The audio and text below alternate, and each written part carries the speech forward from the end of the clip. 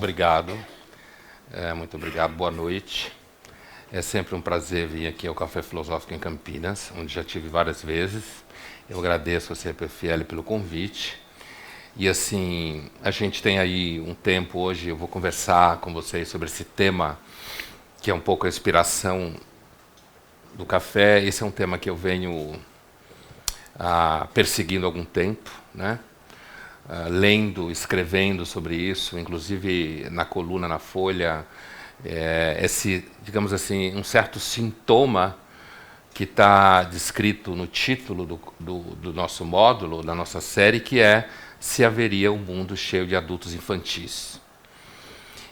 Esse sintoma eu vou hoje tratar numa chave específica, abrindo a série, mas ao mesmo tempo a minha abertura hoje ela visa de alguma forma fazer uma introdução ao que vocês vão ver nos próximos, que são específicos, né? Vou tratar dessa questão do que é vender significados, do que é essa disciplina marketing existencial e falar, dar alguns exemplos disso. Essa é a minha ideia hoje com vocês. E, ao mesmo tempo, eu já aproveito para adiantar um pouco o que a gente vai ver. Essa série está estruturada da seguinte forma. Hoje a gente faz a abertura, a gente discute a relação entre significado e um sentimento, um certo sentimento de angústia ou de vazio, que começa a ser descrito na filosofia de forma mais sistemática a partir do século XIX, né? Daí, na próxima sexta-feira, o Kaique Nani vai falar sobre, que é um jornalista especializado e que tem uma empresa que pesquisa mídias sociais. É uma empresa que, inclusive, veio a um certo nome público na eleição passada, porque eles acompanharam as eleições e tinham meio que cantado a bola do resultado, quem ia para o primeiro turno e quem ia vencer o primeiro turno. Quem ia para o segundo turno e quem ia vencer as eleições, né? E a ideia é falar um pouco sobre esse tema da infantilização nas mídias sociais. Porque eu entendo que não dá para pensar o mundo contemporâneo sem pensar as mídias sociais. Tá? Assim, não dá para pensar política, com certeza. Não dá para pensar afetividade. Não dá para pensar família. Não dá para pensar trabalho. E, evidentemente, não dá para pensar mídia sem mídias sociais, né? E quando a gente fala em mídias sociais, a gente pensa diretamente nos mais jovens, né? Vou falar um pouco sobre esse comportamento dos mais jovens hoje no cenário, nesse cenário geral. Depois nós vamos conversar, vai ser uma noite com o pastor, teólogo Ed René Kivitz, em que ele vai tocar no tema da comoditização da religião. Digamos, vai ser uma noite, sexta-feira, assim, mais espiritual. Né? Mas é um espiritual a partir dessa questão. Seria Deus um produto? Né? A religião e a espiritualidade hoje, ela passa por um processo em que, vou exagerar um pouco para transmitir a minha ideia, você tem que entender mais de marketing do que de teologia, certo? Você tem que fazer media training, você tem que estudar marketing, você tem que entender como funciona o mecanismo da comunicação e para vender o produto, seja ele qual for. No caso do Ocidente, a maior commodity, que é um termo que a gente usa, né? Commodity é um termo em inglês para significar alguma coisa que é precificada, grosso modo, e aí é comum, em quem estuda esse assunto, dizer Jesus Cristo é a maior commodity do Ocidente. Né? A gente sabe que religião é um grande sistema de significado, é o mais antigo que a gente conhece, e se articula não só do plano teórico, mas do plano prático. Não adianta nada você acreditar numa divindade e não praticar aquilo que aquele conjunto religioso prega. Só funciona quando você pratica, né? Só funciona quando faz sintoma, digamos assim. Se não fizer sintoma, não funciona. E falando em sintoma, no fechamento do módulo, a psicanalista winnicottiana, Denise Faubel-Pondé, ela vai fechar com uma discussão diretamente psicanalítica. né? Um tratamento do que poderiam ser certas patologias associadas à infantilização, inclusive a partir de uma psicopatologia e de uma sistematização dessa psicopatologia. Então, nesse ciclo, a intenção é uma partida mais filosófica, um momento de sociologia das mídias sociais, um momento mais teológico. E por quê? Porque o tema é significado, né? A ideia básica é o seguinte: no mundo infantilizado, os significados cada vez mais são vendidos para pessoas infantilizadas. Essa é a hipótese que a gente vai trabalhar o tempo todo. E aí a gente fecha com um momento mais psicanalítico. Bom, o que é marketing existencial e o que significa vender significado? O ser humano é um ser que se alimenta de água, de ar e de significado, né? Quando eu digo significado, eu não quero dizer que ele fica se perguntando o tempo inteiro qual o sentido da vida, né? Eu quero dizer, por exemplo, quando você tem, sei lá, um filho doente, jovem, desenvolve algum tipo de patologia terminal, e você se pergunta por quê, né? Se você perguntar para o médico, ele vai te explicar mecanicamente o que aconteceu. Mas nesses momentos em que você tem a impressão que não existe propósito naquilo, quer dizer, o propósito de matar uma criança de 10 anos de idade. Porque quando o ser humano fala de significado, normalmente ele está pensando em propósito, né? Qual é o propósito das coisas? Qual é o propósito disso que acontece? Um exemplo no campo espiritual é que você vai dizer, por exemplo, que essa pessoa está pagando um karma, por exemplo, né? Essa pessoa no passado fez algum mal. Essa pessoa, na verdade, não lidou bem com seus conteúdos psicológicos e daí desenvolveu essa doença. Está procurando uma explicação que, de alguma forma, te ofereça um propósito. Qual seria o propósito aqui? Se você lidar bem com seus conteúdos psicológicos, se você não for uma pessoa má, você não vai morrer aos 15 anos de idade na próxima encarnação. A própria possibilidade de haver uma próxima encarnação já carrega consigo a ideia de um propósito. Qual é o propósito? Estamos aqui para evoluir, né? Estamos aqui para aprender. Hoje eu conversava com umas pessoas no almoço e uma delas dizia que está provado, é claro que não está provado, que, o que eu vou dizer, né? Que as crianças hoje mexem em iPads com 3 anos porque são mais evoluídas, né? Isso que não está provado, né?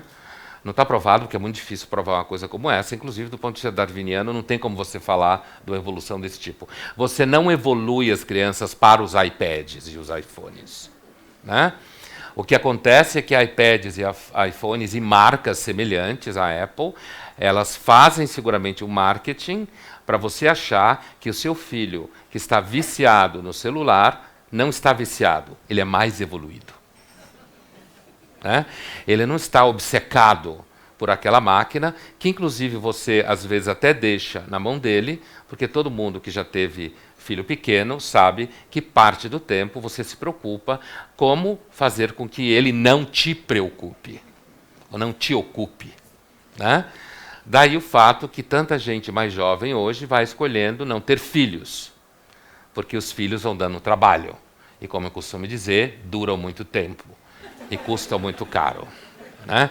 Então, assim, então eu estou descrevendo assim, quando você acha que existe uma evolução, a ideia de evolução, normalmente, ela oferece propósito. Não a darwiniana, que é cega. Essa dá desespero, não propósito, né? Mas a evolução tipo hegeliana, qualquer outra meio mais baratinha, tipo kardecista, é um tipo de evolução que oferece para você a ideia de que há um propósito. Qual é o propósito? Aprender, ficar melhor, se tornar mais inteligente, se tornar uma pessoa mais descolada, se tornar uma pessoa que sabe lidar melhor com a vida. Então, o marketing, né? Eu estou usando marketing aqui no sentido de eu não tenho nada contra o marketing como profissão e como trabalho, né? Essa é uma outra discussão. Apesar do nome estar na nossa conversa, eu não vou falar nada de marketing.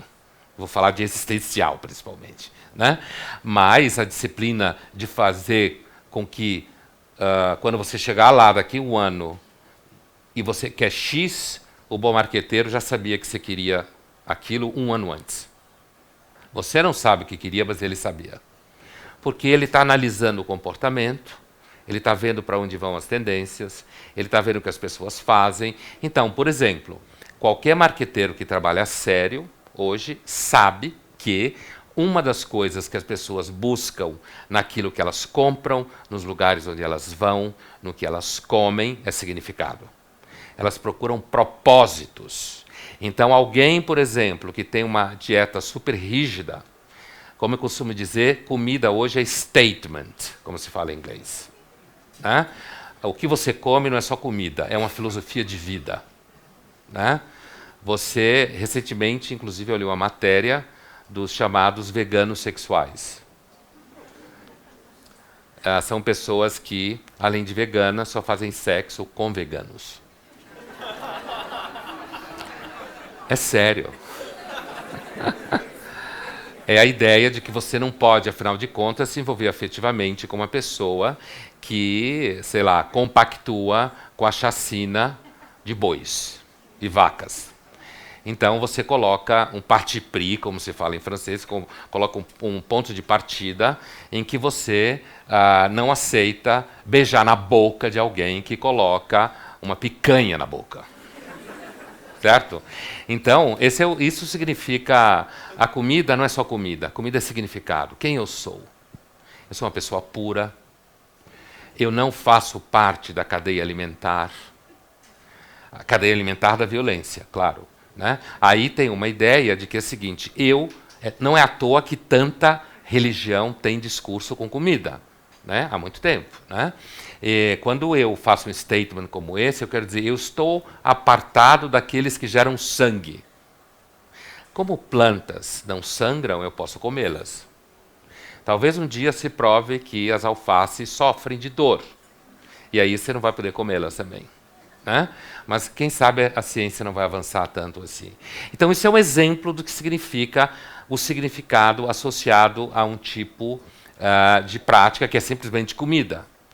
A gente observa, né, fazendo um pouco histórico, a busca de significado na vida, que está associado ao sofrimento, está associado à morte, mas está associado ao cotidiano.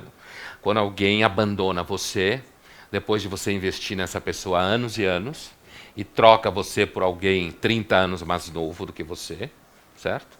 Em nome de se divertir mais, de ter uma vida mais alegre, né? Em nome da sua felicidade pessoal, essa pessoa pode dizer que, na verdade, ela está fazendo isso porque ela tem direito de buscar a felicidade. E o fato de ela estar abandonando o outro é porque esse outro, essa outra, se transformou numa mala sem alça.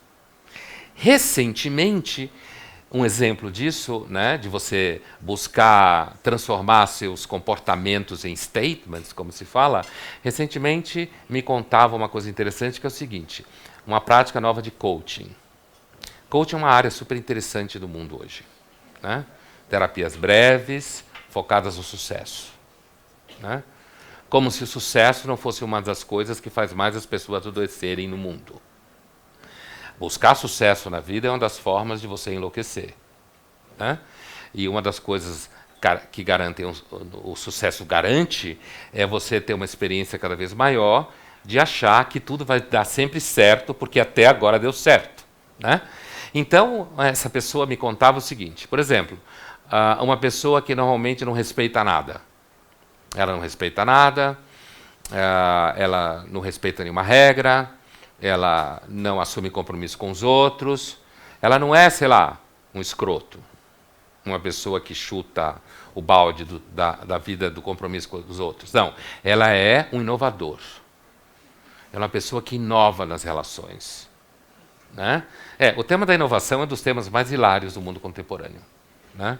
Você tem que inovar o tempo inteiro. Porque se não inovar, o outro inova e compra e toma o seu mercado. Então tem que inovar. A empresa, o produto e tal.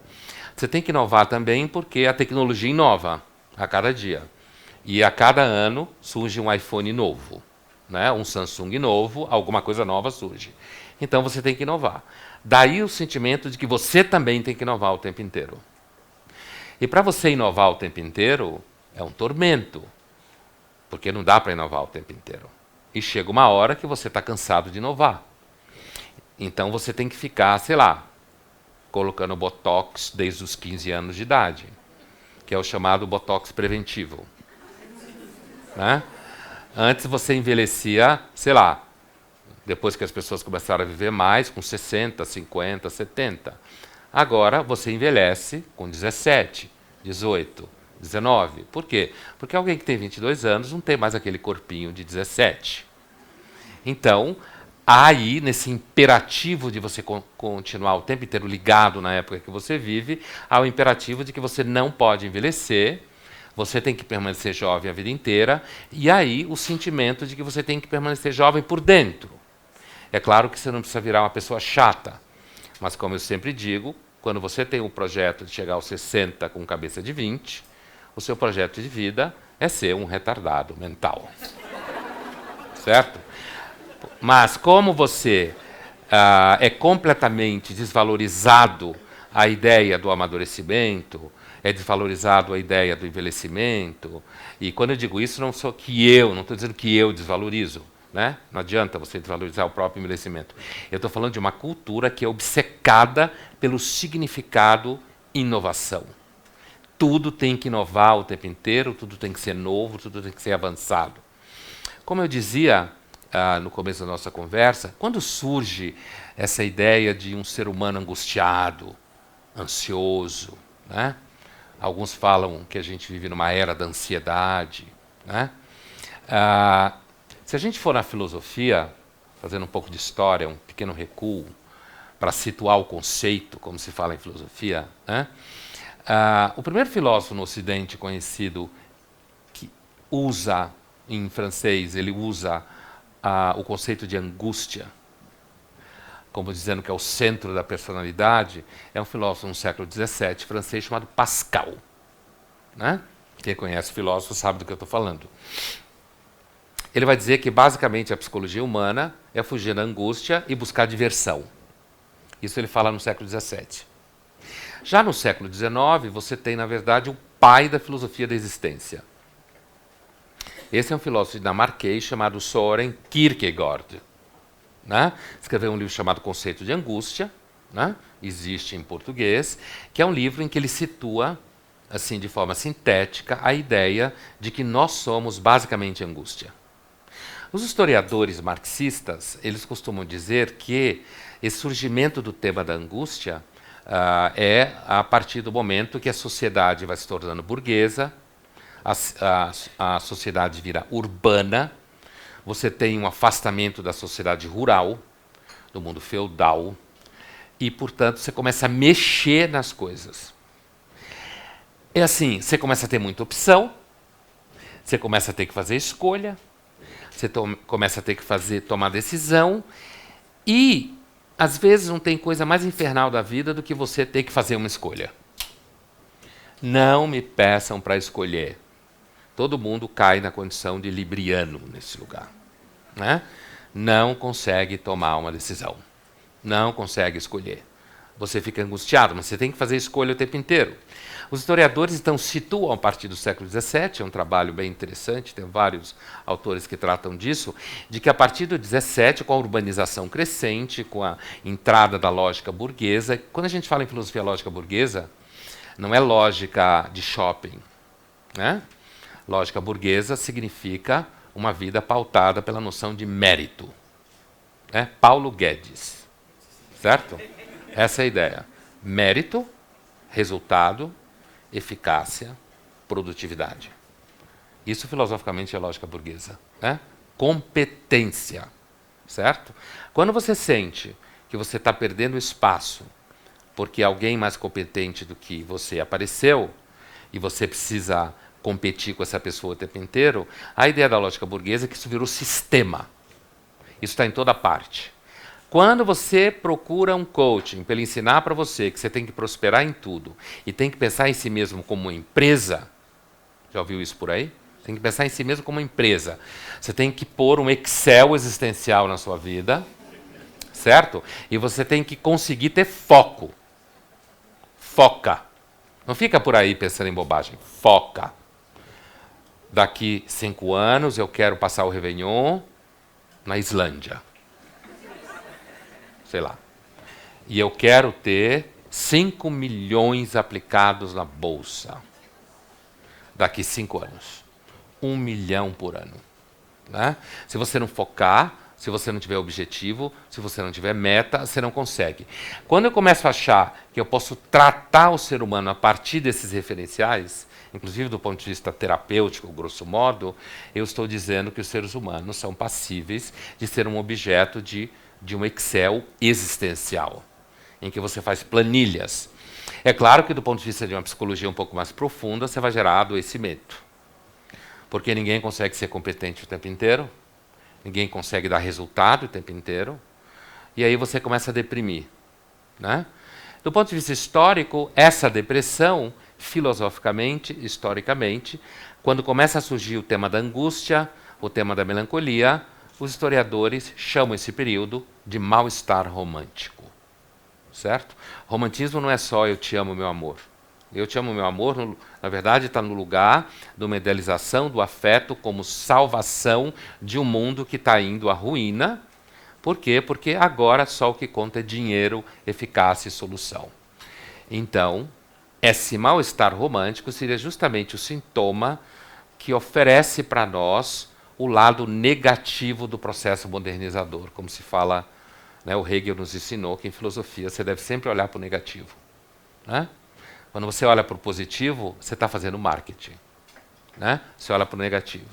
Então, assim, olhar para o positivo é achar que a tua filha viciada em celular é o resultado de uma evolução da espécie.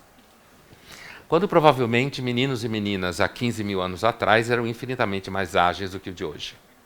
Porque tinham que correr de predadores, não iam poder viver até 35 anos à custa dos pais. Né? Hoje você tem pessoas até 35, 37 anos que vivem à custa dos pais. Né? Ou então sai de casa, mas pago pelos pais. Né? Então a ideia de que hoje as crianças e os jovens estão nascendo mais avançados é tipicamente de marketing. O olhar negativo, o que é? O olhar negativo não é propriamente um olhar pessimista. É perceber que, como eu dizia há pouco, à medida em que a dinâmica da vida vai tornando complicado a cria e a lida com pessoas que dependem de você, ou você terceiriza, ou você resolve o problema não tendo. Certo? Isso é o olhar negativo. O olhar positivo sobre as coisas é entender que é muito bom a gente viver mais tempo. O olhar negativo é perceber que cresce no mundo, aqui em Campinas também, em São Paulo com certeza, casas de repouso. Por quê? Porque você tem que terceirizar os idosos. Porque as famílias estão atomizadas, têm dificuldade de tomar conta dos seus idosos, têm menos filhos para não ter que tomar conta, custa muito caro, a mulher quer ter vida profissional, não quer cuidar dos filhos. Resultado, você tem uma diminuição de um lado na ponta dos que nascem, do outro lado tem um aumento de vida, de longevidade, e à medida que tem um aumento de longevidade, tem um aumento de demanda de significado. Porque você vai viver mais tempo, você vai se perguntando, afinal de contas, qual é o propósito? Para quê? O que eu estou fazendo? Então, basicamente, a ideia é a seguinte: os significados eles foram, ao longo de muito tempo, respondidos por questões metafísicas e religiosas, seja em que universo cultural for.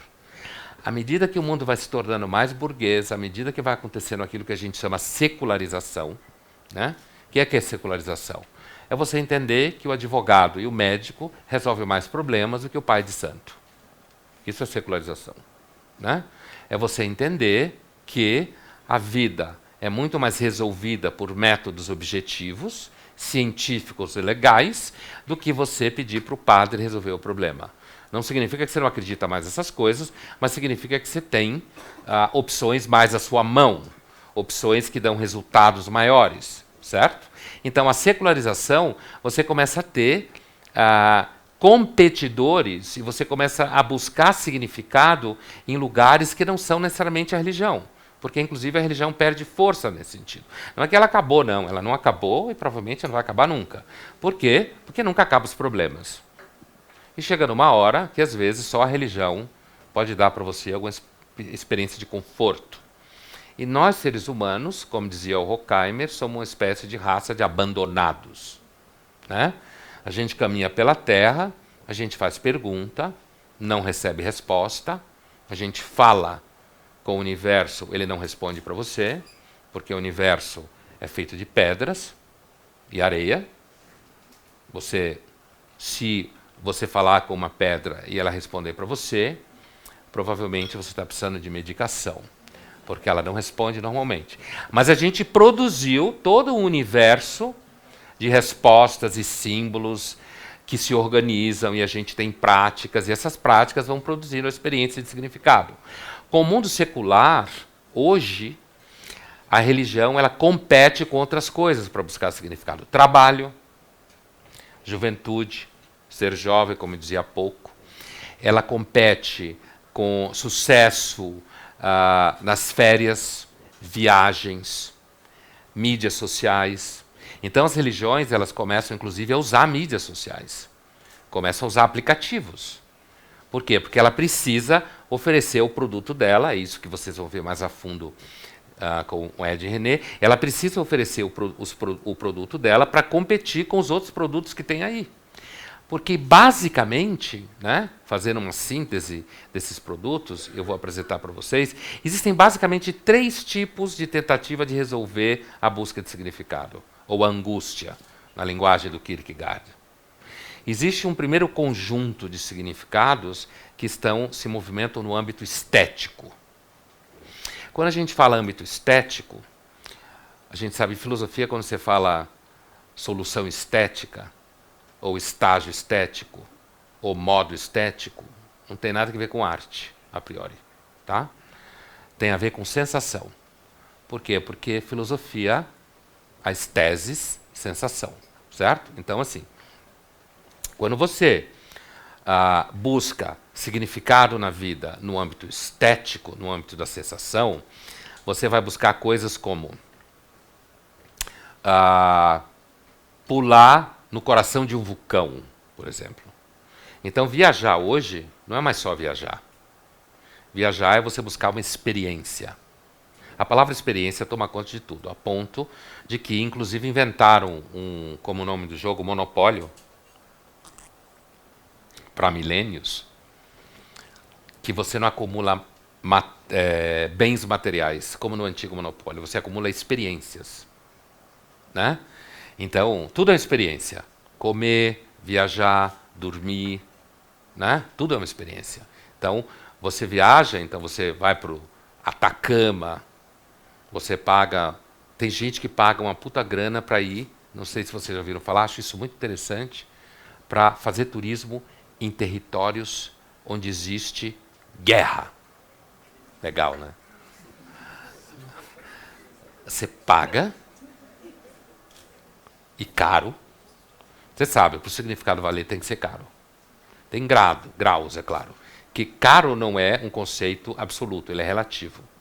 Né? É um gradiente. Pode ser caro para mim e não ser para você. É assim que funciona. Né? Então, você paga para ir para territórios de guerra.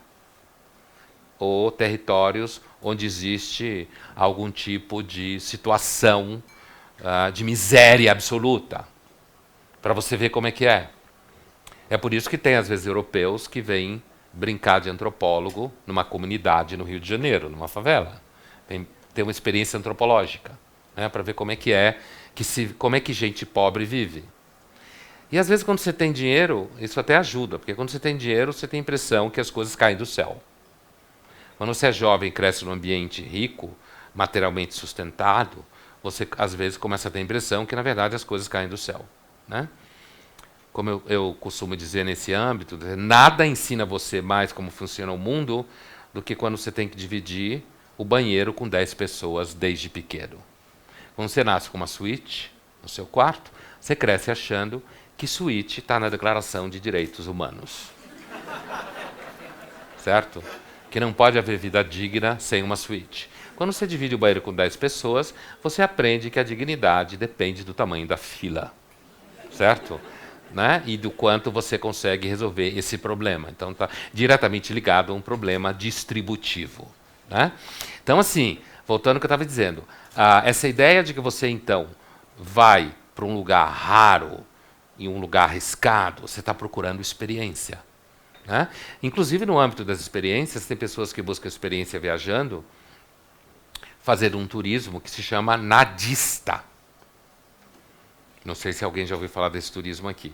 É você pagar caro, dependendo do gradiente, para você ir para um lugar em que você não faz nada. Nada. Você fica deitado na rede, contemplando a praia. Não pode nem ficar lendo, hein? Lendo é fazendo alguma coisa.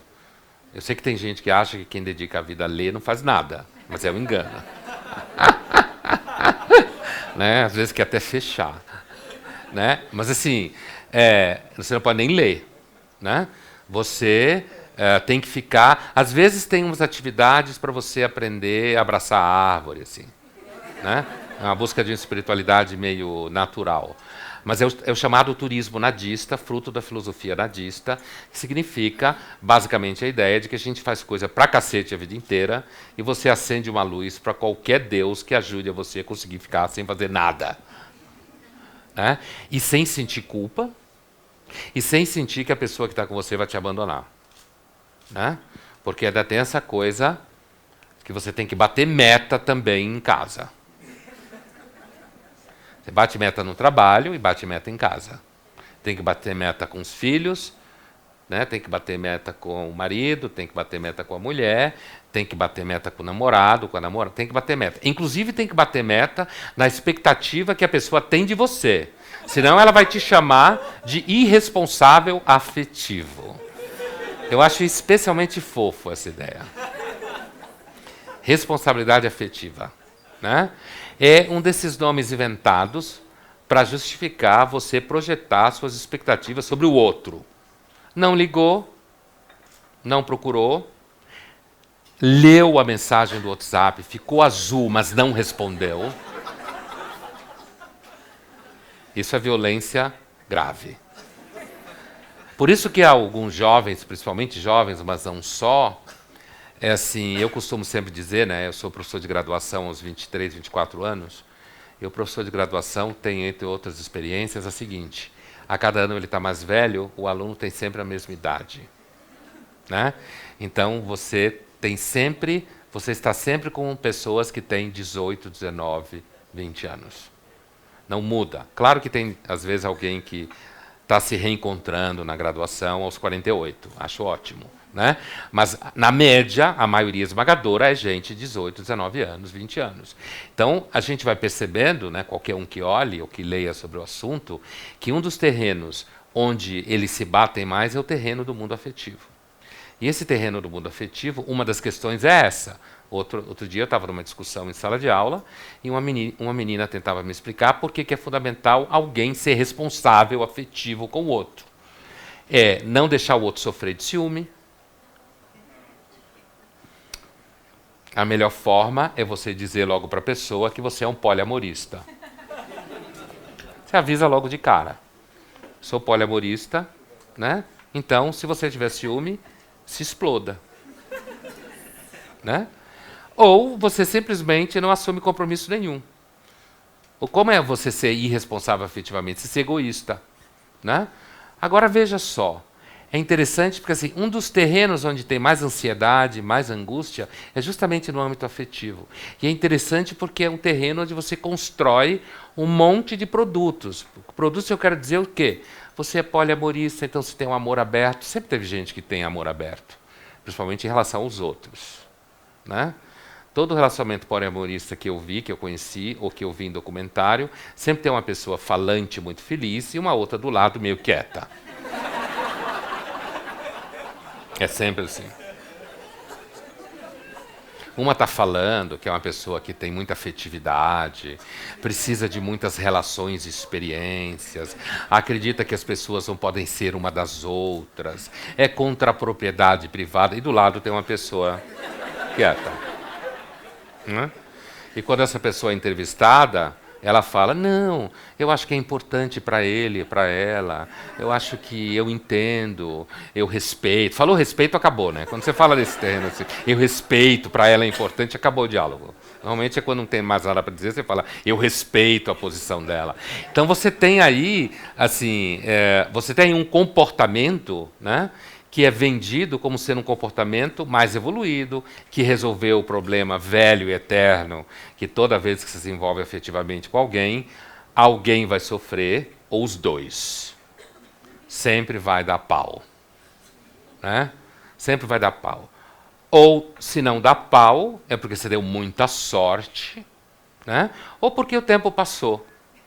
Né? Ele passou e você encontrou certos acordos, amadurecidos, inclusive, né? O assunto do último café com vocês, esse ciclo, comportamentos amadurecidos, entre eles, por exemplo, perceber que a vida nunca vai ser perfeita. Nunca vai dar certo plenamente. Certo?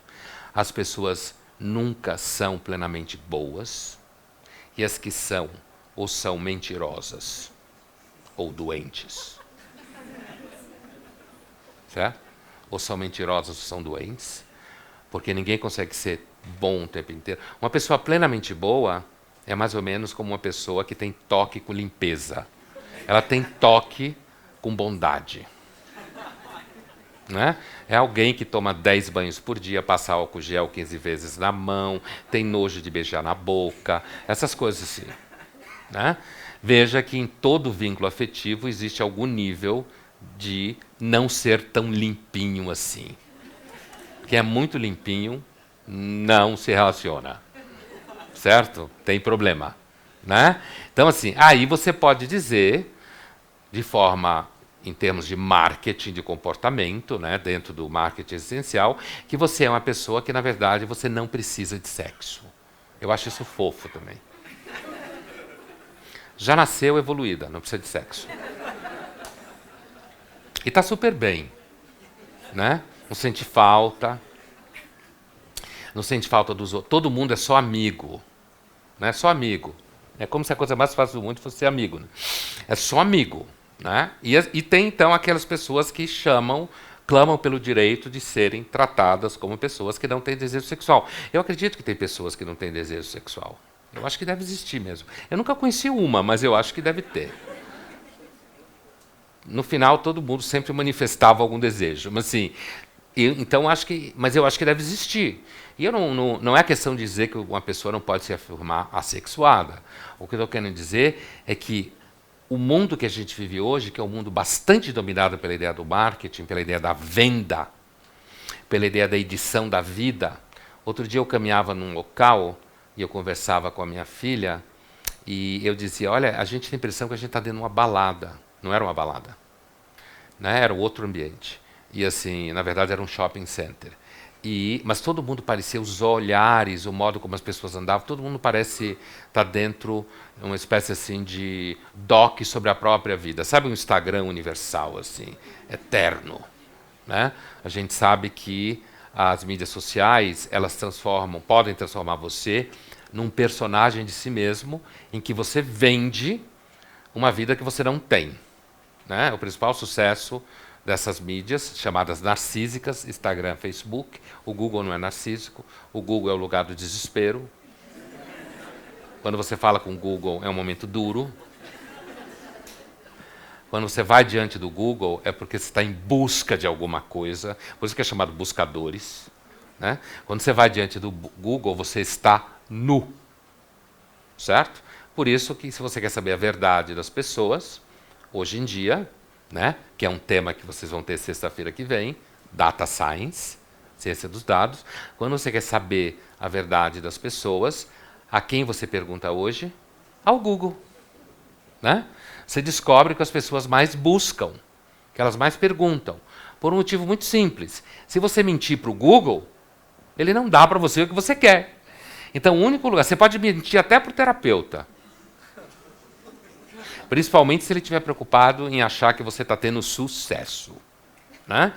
Mas assim, você tem que ter sucesso em todo lugar, inclusive na terapia. Né? Não descanse nunca, mas o Google você descansa. né? É uma entidade quase espiritual. Para ele você pode dizer a verdade, né? Para ele você pode dizer você pode perguntar quais são os primeiros sintomas para identificar que meu parceiro está me traindo. É uma das perguntas mais comuns ao Google. Sabia?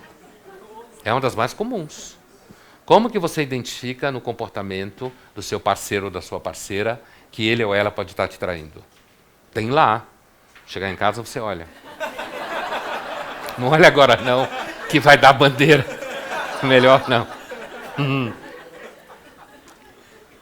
Não olha agora não.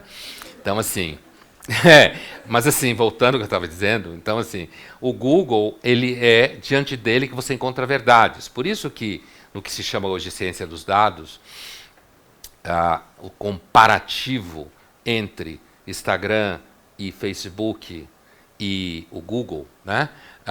O Twitter é um pouco mais a mídia, o Facebook também é a mídia social da ira. Você xinga pessoas, você alivia o seu fígado, né? Você põe para fora seu ódio, mesmo que você ache que você é uma pessoa super boa, né? Você não deseja mal a ninguém. Você xinga pessoas no Facebook, xinga pessoas no Google.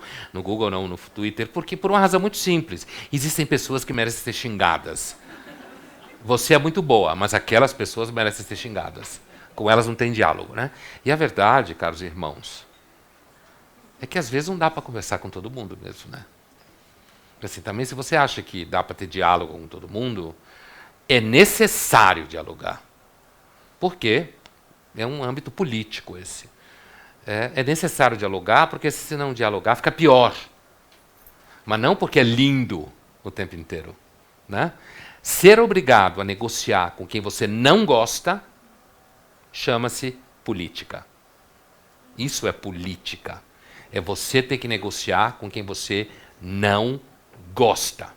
Negociar com quem você gosta é decidir onde você vai passar férias. Onde você vai jantar à noite. E olhe lá, eu estou sendo otimista. Mas assim, política é você negociar com quem você não gosta.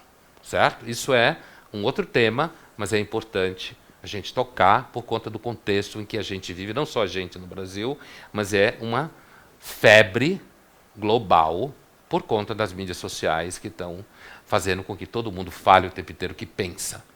Mas então, voltando ao que eu estava dizendo, a ciência dos dados, ou data science, alguns tentavam chamar de social physics.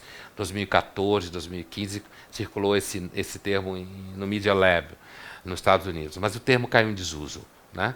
Mas assim, o data science ele consegue mapear justamente quais são as buscas mais importantes da vida das pessoas hoje. Você quer saber o que as pessoas de fato pensam? Você vai para o Google. Você quer saber o que elas gostariam que os outros pensam dela? Você vai para o Instagram. E lá você descobre o vinho que ela gostaria de estar tomando. Outro dia eu vi uma pessoa perguntando para outra: eu vi você naquela foto no Instagram com aquela taça de vinho e aquele fundo. Onde você estava? Que restaurante você estava? E a outra responde: é claro que eu não estava em restaurante nenhum, eu estava em casa, mas fiz uma montagem.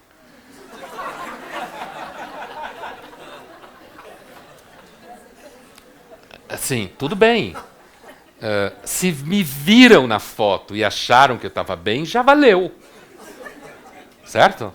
Então, isso quer dizer, você vê aí um significado mediado por uma ferramenta que é a imagem que os outros têm de você. É claro que, num certo nível, eu não acho a priori que se você faz isso é porque você está louco ou você não presta. Tem um certo nível da vida que se constrói, aquela história do amadurecimento que eu falava, né? De que eu, pelo menos, penso que um vínculo diretamente com o amadurecimento é a ideia de ambivalência, né? Uma ideia de uma certa imperfeição, né? A ideia de uma obra sempre inacabada. É isso que eu estou chamando de amadurecimento, né? Perceber que, na verdade, a vida acontece dessa forma. Então, às vezes, é necessário você, de repente, projetar uma imagem no momento que você está muito ruim, de que você está bem. E, principalmente, se você souber que alguém que você detesta vai ver você bem. Isso vai ajudar você a dormir. Né? Mas, é claro, eu estou querendo dizer isso porque o que eu estou querendo conversar com vocês hoje, assim, preparando toda essa reflexão sobre amadurecimento e infantilidade, me parece que o amadurecimento está um pouco mais ao lado de você perceber que você não vai chegar num estado de perfeição, onde as coisas vão estar todas no lugar. As coisas estão sempre fora do lugar, é o inferno.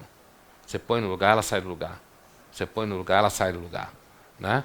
Você acha que vai dar certo, ela dá mais ou menos certo.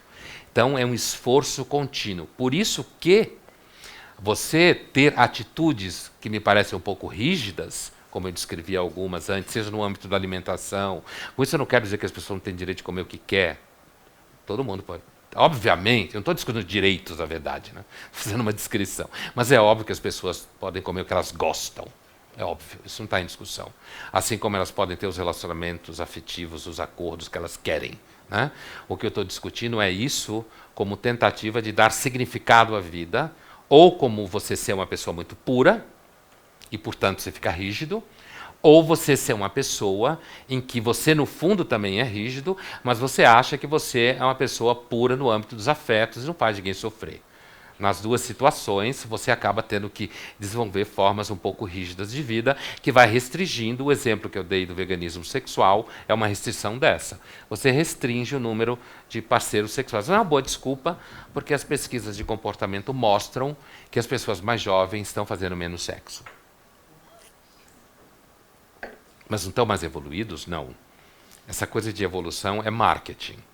Eu não estou querendo dizer que os mais velhos eram mais evoluídos. Não é isso que eu quero dizer. O que eu quero dizer é que tem muita literatura sobre isso hoje em dia. Menos desejo sexual, menos prática sexual, mais ansiedade. Né? Você tem meninos e meninas, meninos principalmente, no que eu vou dizer, lá pelos 16, 17 anos, 15 anos, que entram em absoluto pânico de ansiedade quando uma menina na escola demonstra desejo por ele. Ele não sabe o que fazer. Fala com a psicóloga, fala com o pai, né? Fala com os amigos. O que eu faço com ela? A gente sabia. Né? Não sabe. Né? Você agradecia a Deus, inclusive. Você chegava à conclusão que Deus existe, a graça também. E você é um agraciado. Né? Hoje é objeto de ansiedade. Não, o que eu faço com o desejo dela? Eu não sei o que fazer com ela. Eu ponho ela onde? Né? O que eu falo? Eu falo isso, não, está errado. Eu falo aquilo, também está errado. Né? Eu demonstro tal coisa, não pode. Né? Então, assim, eu já tive, hoje eu não estou mais orientando mestrado e doutorado na PUC, estou fazendo outro trabalho no laboratório, mas eu já tive muitas alunas psicólogas, e conheço uma infinidade de psicólogas, né? Menos psicólogos, porque existe menos psicólogo, né? Que trazem muito esse conteúdo de um certo, digamos assim, de uma certa desorganização da vida afetiva. Né? E para resolver essa desorganização da vida afetiva, às vezes você inventa marketing de comportamento, que é o quê? Eu falei para vocês que existia uma área da sensação, né? Falei de vulcão, né? Falei de viagens, falei de experiências, né? A área dos significados estéticos. Tem uma outra área que é dos significados éticos. Eu vou descrever 3 para vocês. Esse é o segundo. Eu já descrevi, eu estou numa batida meio Piaget aqui. Né? Primeiro dando experiências e depois dando conceito. Né? Mais um pouco eu chego no Paulo Freire. Hein? Né? Então, assim, estou numa batida meio construtivista. Né? Então, assim, portanto, o que significados éticos é o quê? Eu sou uma pessoa boa, eu sou uma pessoa pura, eu sou uma pessoa honesta. Mas o Kierkegaard, eu estou falando do Kierkegaard, dos estágios, é ele que inventou, não fui eu. Né? Não foi outro filósofo, foi ele. Né? O que ele diz é o seguinte: tentamos escapar da angústia através de 3 estágios. Que na verdade são 4, como os mosqueteiros. São 3, mas são 4. Né? Mas vocês vão ver que são 4. O primeiro é o estético, que ele chama de Dom Juanismo. Que ele usa a figura do Dom Juan, que é aquele homem que seduz mulheres, seduz. Quando ela demonstra interesse, ele fica com ela um tempo, depois ele brocha. Aí ele seduz outra. Dom Juan. Né? E aí depois ele vai até que chega a hora. O Mozart fez uma ópera famosa sobre Dom Juan, chamada Don Giovanni. Né? Chega numa hora que ela deu um sorriso, ele já brochou. Aí vai para outra. ela virou a cabeça para ele e broxou. Significa o quê? Que chega num ponto que quando você quer colocar sensações no lugar da angústia, as sensações perdem o valor. Porque não consegue resolver a angústia. Aí ele diz que você desespera de ter sensações na vida. Quando você escolhe ou acha que você vai ser uma pessoa super ética nos afetos, agora passei para o estágio ético, né? Todo momento conceitual, tá? Então, assim, quando você acha que você vai ser uma pessoa completamente ética na vida, uma pessoa super correta, não vai dar certo. Não vai dar certo por quê? Primeiro, você não vai conseguir ser correto. Você vai sofrer 2 vezes, uma tentando ser correto e a segunda fracassando diante da própria autoimagem. Né? Você vai complicar enormemente sua vida. Você vai ter que mentir muito para você. Né? Ninguém consegue viver kantianamente. Kierkegaard está falando para o Kant isso aqui. Mas isso é uma outra história. Né? Então, assim, o resultado é que você vai desesperar de você ser uma pessoa, buscar ser uma pessoa menos ruim. Que faz sentido você não buscar não ser uma pessoa... Não se trata de fazer um discurso sadiano, certo? Vamos massacrar, torturar, violentar, estuprar, amarrar, tipo Sade. Filosofia da Alcova, né? Infortúnios da Virtude, né? Justine ou Infortúnios da Virtude. Não é essa a discussão que o Kierkegaard faz. Mas ele quer dizer que quando você quer, vou usar uma expressão da psicanálise, tamponar a angústia, tapar a angústia, certo? Com sensações, pulando em vulcões, atravessando o mundo de bicicleta, conhecendo praias que ninguém nunca esteve, ou indo ao fim do mundo se você for um terraplanista. Né? Você acha que você vai chegar até o fim do mundo. Né? Meu Deus, Galileu, Copérnico, esses caras nunca imaginaram que um dia a Inquisição ia voltar. Né? Mas tudo bem. Né? Então, assim, para chegando no fim do mundo buscando sensações, não vai dar. A angústia vai aparecer em você lá. Por quê? Porque angústia. Por que angústia? Porque nós somos seres humanos que nos descolamos de certos esquemas de significado. A sociedade avança não no sentido que está ficando melhorando. Ela anda para frente. Não tem como voltar para trás. Né? Não adianta querer buscar recuperar a família brasileira dos anos 50. Primeiro porque não existe a família brasileira dos anos 50. Não existe, nunca existiu. Né? Aliás, o Nelson Rodrigues mostrou muito bem isso nos anos 50, 60, 70. Né? Tem que andar para trás, né? Não tem como voltar para trás. É claro que você pode andar evitando certos abismos, né? Mas não tem como andar para trás. Mas não vai adiantar, a angústia não vai desaparecer. Por quê? Porque nós somos seres, segundo o Kierkegaard, e é importante esse autor, quer dizer, ele não é um dinamarquês doido que estava bêbado escrevendo, né? Por causa do frio.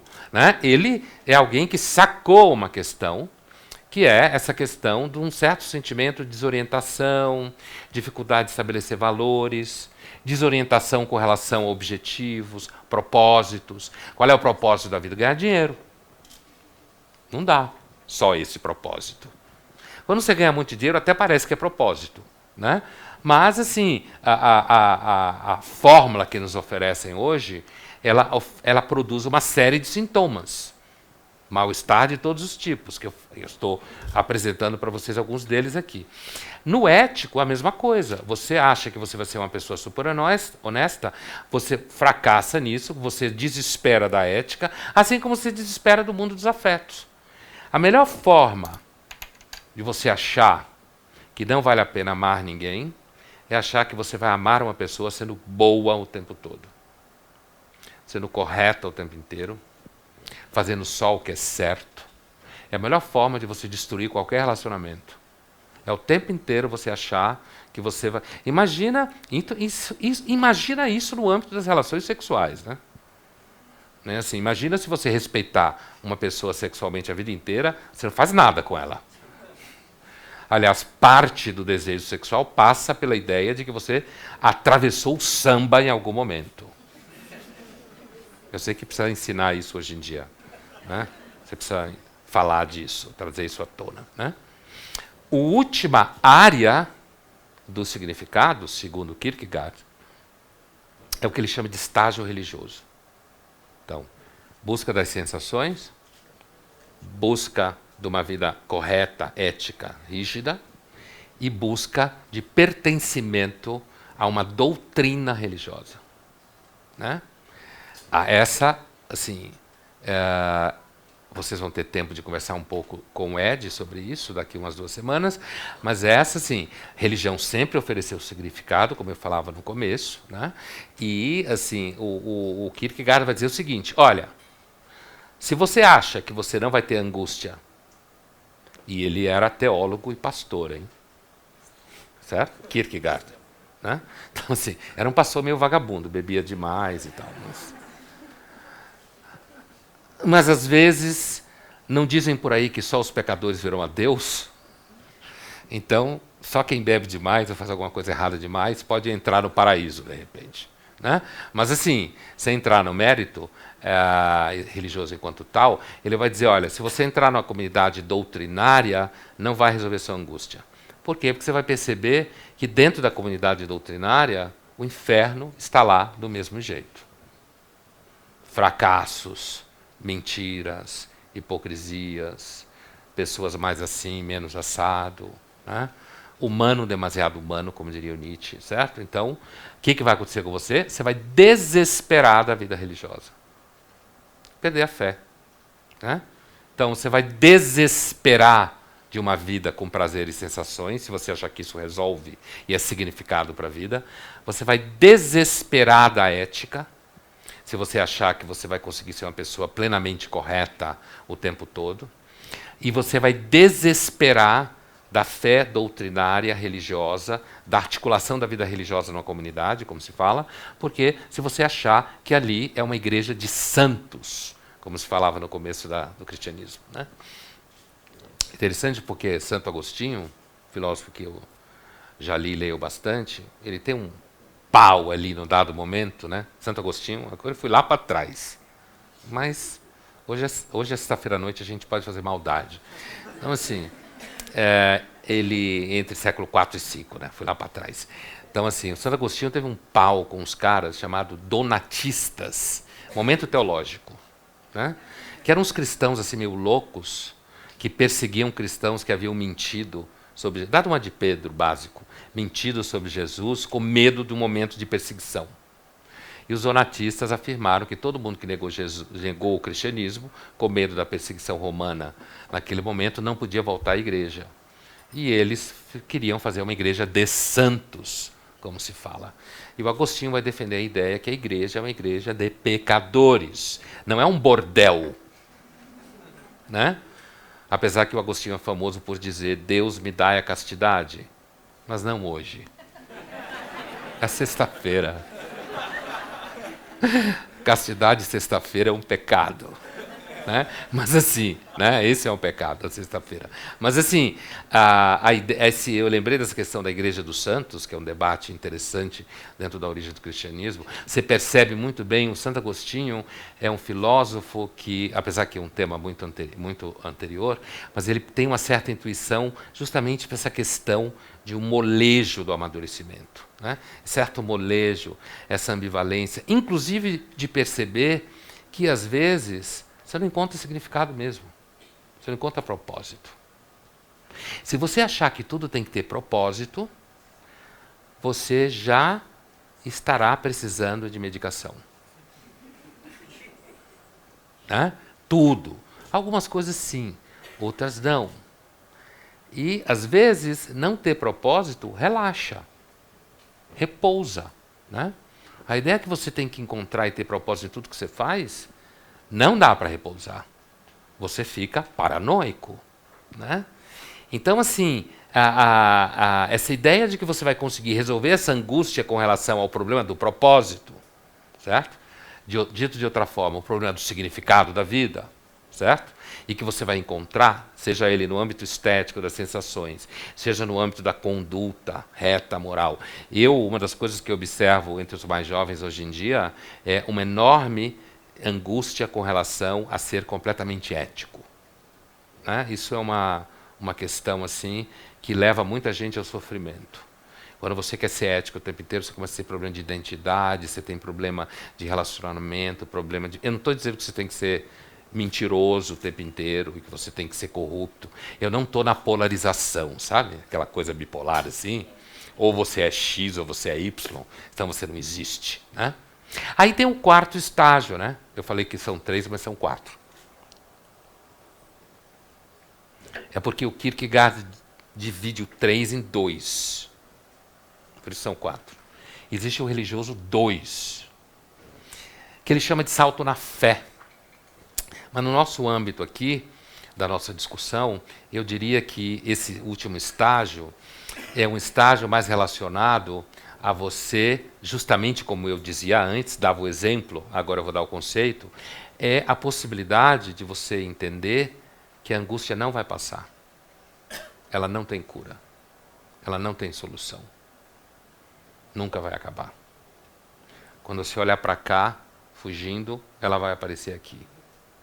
Não significa que o tempo inteiro, não significa que você tem que fazer sexo com ela porque você é super descolado. Não é isso, né? Não é isso, né? Mas assim, significa, a ideia do Kierkegaard é que assim, o salto na fé que ele fala, o salto na fé que existe um Deus, ele é teólogo, né?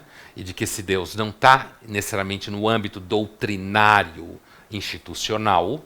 Essa é uma outra discussão que vai para o âmbito espiritual enquanto tal, que eu não vou explorar hoje, né? Mas é a ideia de que a única forma de você lidar com a angústia é saber que a angústia é você, é a nossa substância, né? Sempre parece que tem alguma coisa fora do lugar, sempre parece que tem alguma coisa que não devia ser assim, e, portanto, esse debate sobre como vender significados, né, que, na verdade, é uma disciplina do marketing, associar significado aos comportamentos, associar significado aos produtos, né, como eu dizia, de comida ou de viagens, ou procurar ter um comportamento de luxo, que também é significado, gente que quer ter um comportamento de luxo. Comportamento de luxo é você não desejar muita coisa, não procurar muita coisa, é ir de pijama no Iguatemi, por exemplo. Isso é um comportamento de luxo. No mercado de luxo, quem se veste chique, põe salto alto para ir no Iguatemi, está perdido. Você no Iguatemi, você vai de pijama. Por quê? Porque é só uma terça-feira na sua vida. Não é um sábado. Entendeu? É só uma terça. É um dia banal. Você vai lá comer alguma coisa, comprar alguma coisa besta. Como uma bolsa Louis Vuitton. Uma Prada. Né? Uma coisa besta que você faz qualquer dia. E aí você vai de pijama, de chinelo, né? Com aquela cara de bode, que é a cara chique, sabe? Bode, tédio. Por quê? Porque tem tudo que tem no mundo, então está sempre entediado. Está sempre olhando para um horizonte, assim. Né? Essa é a cara chique. Que tem também o âmbito do comportamento de luxo como significado. Né?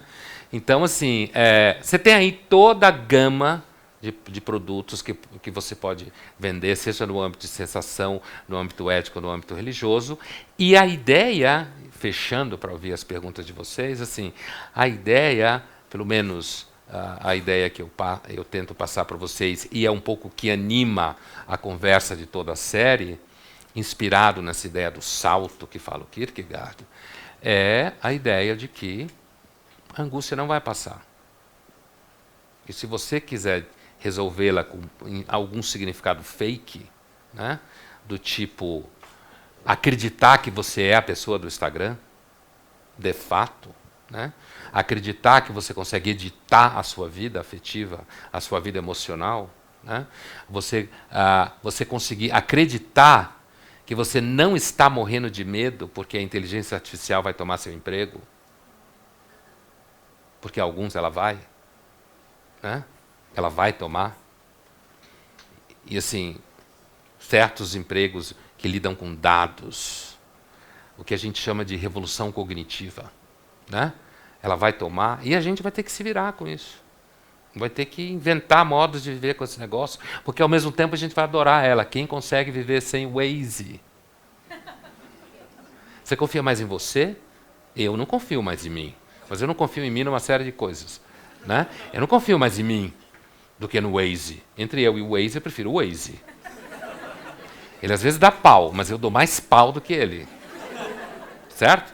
E o Waze é uma inteligência artificial banal, que fala com você. No Brasil tem uma chamada Alessandra. É o nome dela. Diz para onde entrar, as ruas. É aquela obsessiva que fala o nome da rua, quantos metros está, que número que é, onde que tem um policial, onde que tem um buraco. Ela fala tudo para você. Né? Ela cuida de você absolutamente. O nome dela é Alessandra, daquele algoritmo. Né? Então, assim, daquela voz lá, o algoritmo é o Waze como um todo. Então, assim, caros irmãos, eu espero que tenha ficado claro para vocês essa ideia, que assim, o mundo contemporâneo repleto de adultos infantis. Esses adultos infantis, nesse universo, serão adultos que acabam comprando significados que são meio fracos e meio fakes, quando, na verdade, o amadurecimento estaria mais, é uma hipótese, todo mundo é obrigado a acreditar nisso, né? Estaria mais perto de uma certa lida com a angústia, com a ansiedade, com a insegurança, com a incerteza, às vezes com o que a gente chama na filosofia de contingência, que é o nome chique em filosofia. Quando o filósofo fala contingência, é um momento reverencial. A contingência. Né? É um nome chique para sorte e azar. Né? Então, que todo esse conjunto de elementos, me parece que o amadurecimento, a não infantilidade, a aceitação do amadurecimento, está mais associado a perceber que, às vezes, não é claro o propósito, não tem propósito, não tem significado. E, por incrível que pareça, talvez, nesses momentos, você consiga respirar melhor. Obrigado. Vamos às perguntas.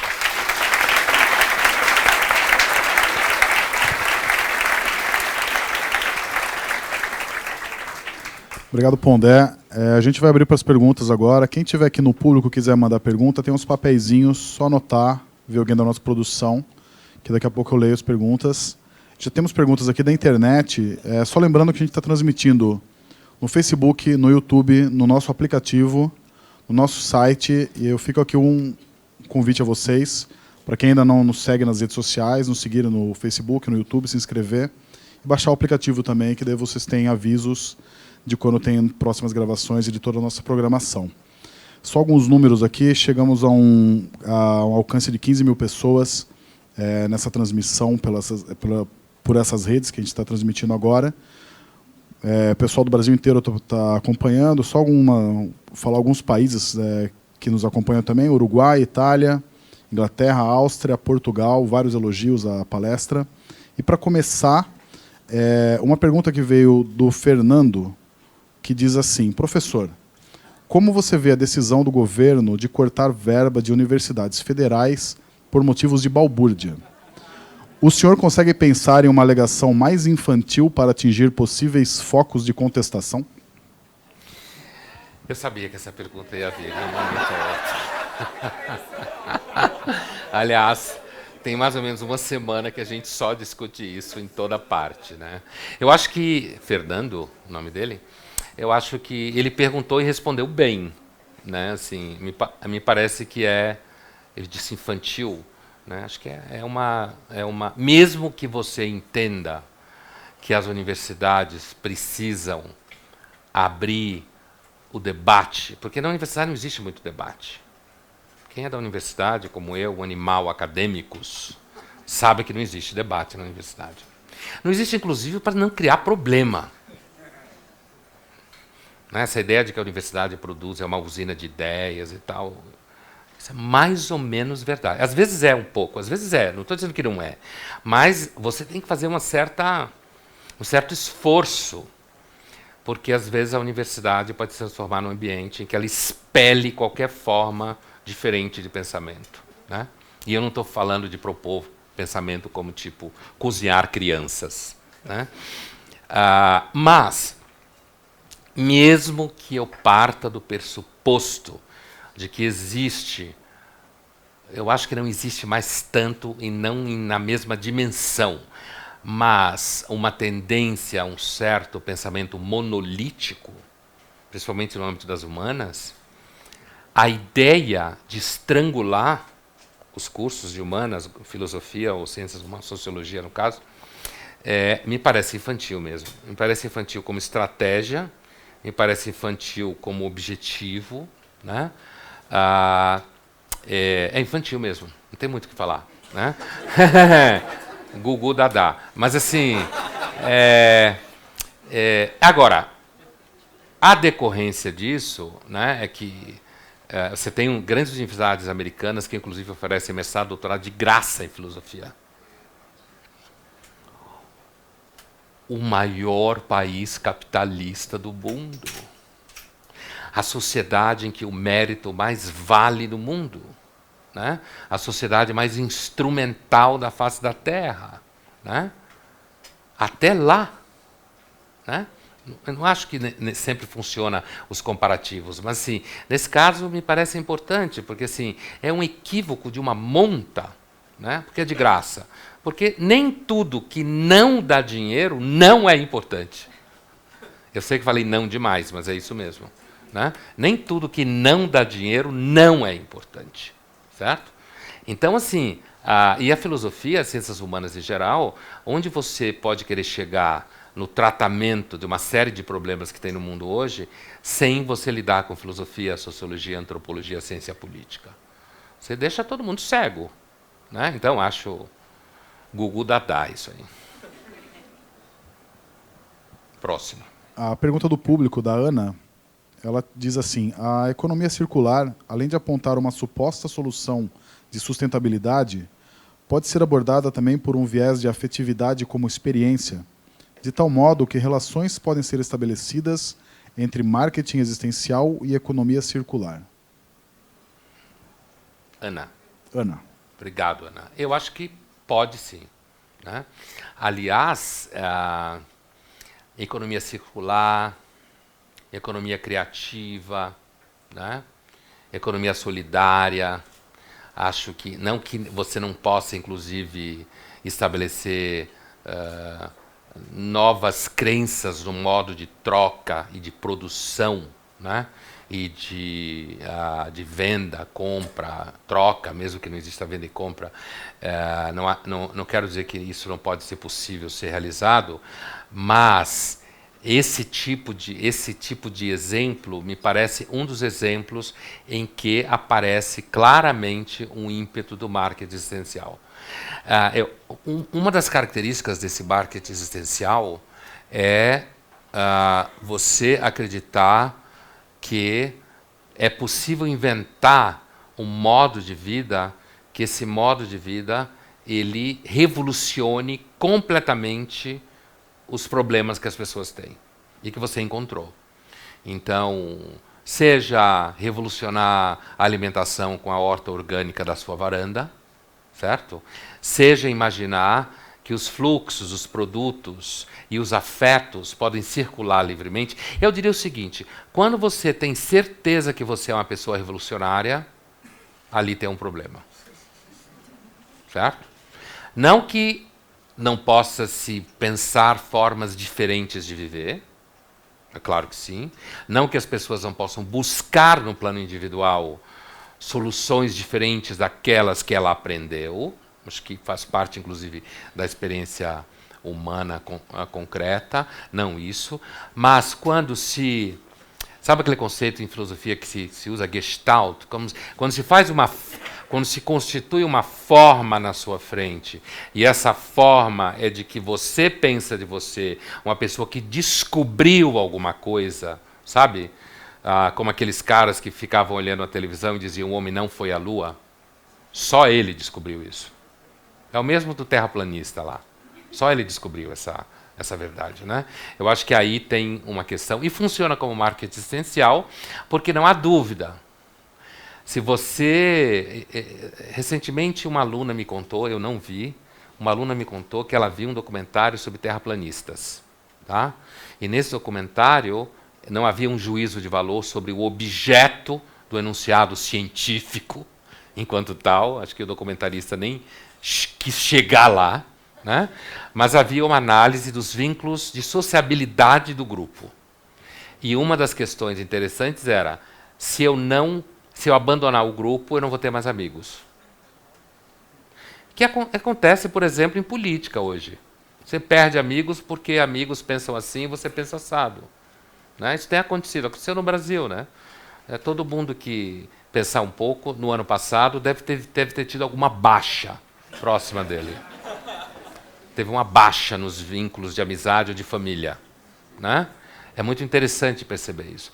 Então, eu penso que essas formas econômicas, ou essas ideias de economia revolucionária, de uma economia que não há mais sofrimento, porque uma coisa que mais me espanta no debate da economia da ciência é aquela descrição em inglês, né, traduzindo para o português, em inglês a economia é a dismal science. A economia é uma ciência triste.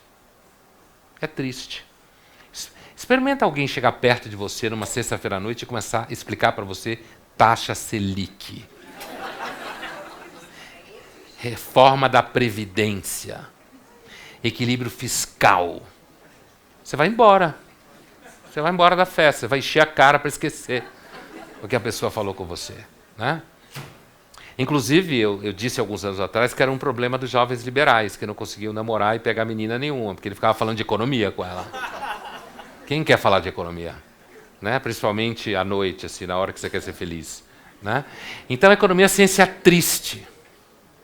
Ela é triste porque ela fala de escassez, ela fala de processos espontâneos e meio incontroláveis, ela fala de alguma coisa que ninguém entende direito, ela fala, entende direito, quer dizer o ser humano, né? Ela tenta dizer que o ser humano faz escolhas racionais o tempo inteiro, o que é mais ou menos verdade. Mas se você só faz escolha racional, você tem problema, né? Imagina você ter uma vida racional 100%. Né? Ninguém vai confiar em você. Ninguém vai confiar em você. Né? Então, assim, então, eu acho que um dos significados maiores associados à ideia de revoluções econômicas, não só econômica no sentido business mesmo, ou de economia em consciência, é o fato que é um caráter triste. A economia nos traz uma informação triste. Os recursos são escassos, a riqueza é escassa, o método de produção é sofrido. Isso é muito triste. O ideal é que todo mundo se amasse, tivesse peixe para todo mundo, livro para todo mundo escrever e mar para todo mundo nadar. Né? Obrigado. Boa noite, Pondé. Meu nome é Rogério Lima. Aqui. Oi, Rogério. Sou seu fã de carteirinha e de livros, né? Que eu compro muito, seus livros aí. Obrigado, está melhorando minha economia.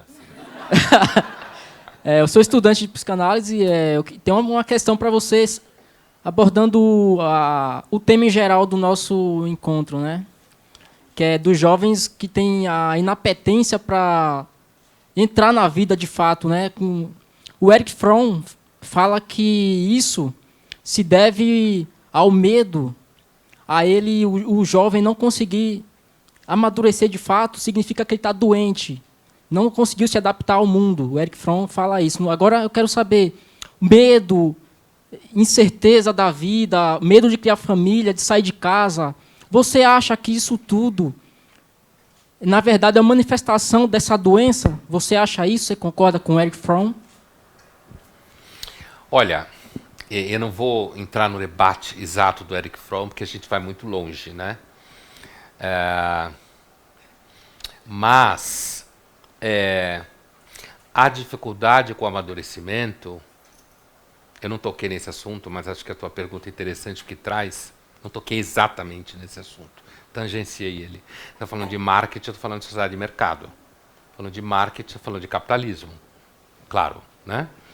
Mas assim, o marketing, não que não exista marketing, existe marketing.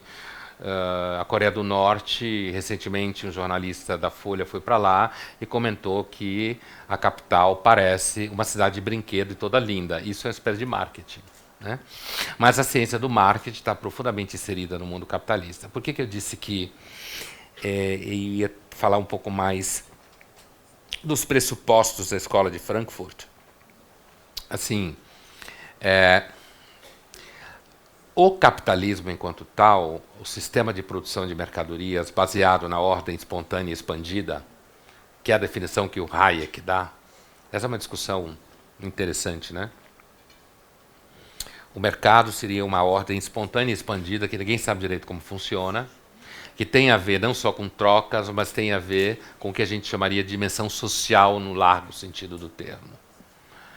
E que teria começado, inclusive, na pré-história, né? Agora, é o único sistema que a gente conhece que tem produzido riqueza.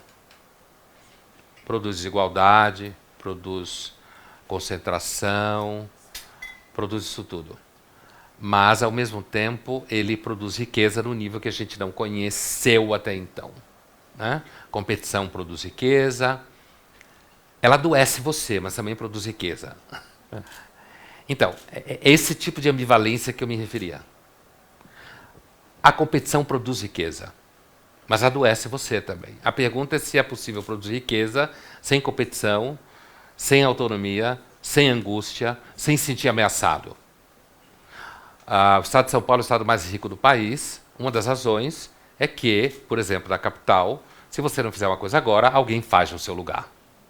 E você perde, né? Se ninguém fizer, porque não tem ninguém fazendo, não tem nada, ninguém produzindo nada, logo não tem competição, logo não tem riqueza. Eu estou dizendo isso tudo para dizer o seguinte. Porém, eu acho que uma vez eu entrevistei para a Folha um escritor no ano 2000, comecinho do ano 2000. Um escritor que morreu em 18 agora, um escritor israelense chamado Amos Oz. E na entrevista, uma das coisas que ele falou para mim é que ele tinha a impressão que o capitalismo precisava de adultos infantis, né? Bom, deixando de lado a fala do Amos Oz, essa foi uma fala, eu conversei com ele, na verdade, em outubro, novembro de 99, não lembro se foi outubro, novembro, mas a entrevista saiu no primeiro domingo, segundo domingo de 2000, né? E essa ideia de que o capitalismo... Há uma dimensão no sistema capitalista em que você precisa ter primeiro, você precisa ter uma certa dose de otimismo, é fundamental, tá? Imagina um empresário pessimista. Filósofo pode ser pessimista, é chique, inclusive. Psicanalista pode ser um tanto pessimista. Não na sessão, né? Senão mata o paciente, mas quando ele escreve doutorado, dá aula e tal. Sociólogo pode ser, escritor, artista. Um empresário pessimista sai da empresa dele. O empresário tem que ser otimista, tem que acreditar, porque as pessoas precisam acreditar, senão elas não gastam. Se você não crer, não existe crédito. Por isso que a raiz da palavra é justamente credere. Não existe crédito. É necessário fé. Agora nós estamos atolados em ceticismo. Quando você tem esse ceticismo nos vínculos econômicos, você fica pobre. E todo mundo fica pobre junto com você. Você se esconde. Você não gasta. Uma pessoa de fé compra uma televisão e paga em 100 meses. Ela tem fé que ela vai conseguir pagar, que ela vai estar viva. Certo? Tem fé. Né? Que vale a pena, que vai ter o que assistir. E daí depois vai comprar TV a cabo, e vai comprar Wi-Fi, e vai poder ver Netflix, Black Mirror, certo? Né? Isso tudo significa fé. Mas, além disso, a pergunta se a sociedade contemporânea de matriz capitalista, comercial, de mercado, pode produzir uma certa infantilização como sintoma, inclusive nos jovens. Eu acho que pode, mas não só nos jovens. Essa coisa de você querer ser jovem a vida inteira tem a ver, inclusive, com a necessidade de você achar que você é capaz de usufruir o tempo inteiro e oferecer alguma coisa. Uma das coisas que deixa muita gente deprimida é o fato dela escapar do processo de produção de vida, de renda, de bens materiais, inclusive o processo de produção de significado para si mesma e para as pessoas à sua volta. E a infantilidade ou infantilização, ela tem por característica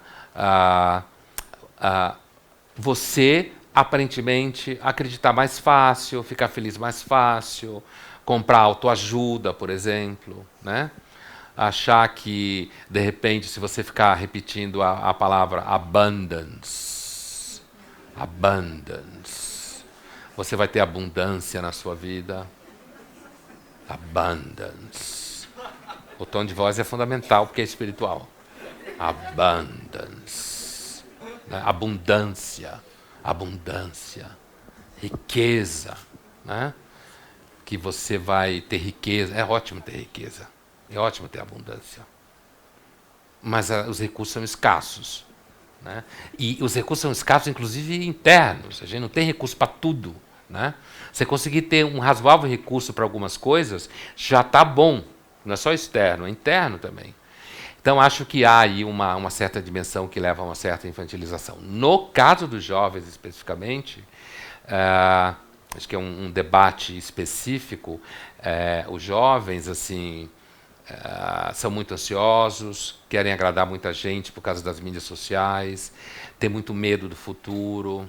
Isso não é uma opinião minha, tem muito material de pesquisa de comportamento sobre isso. Medo do futuro, medo de vínculos afetivos, medo de sair de casa, a percepção de que vão ganhar cada vez menos, porque o capitalismo é cada vez mais agressivo e mais competitivo. Uma das coisas que eu acho mais fofas é gente que fala assim, não, porque o capitalismo está ficando consciente.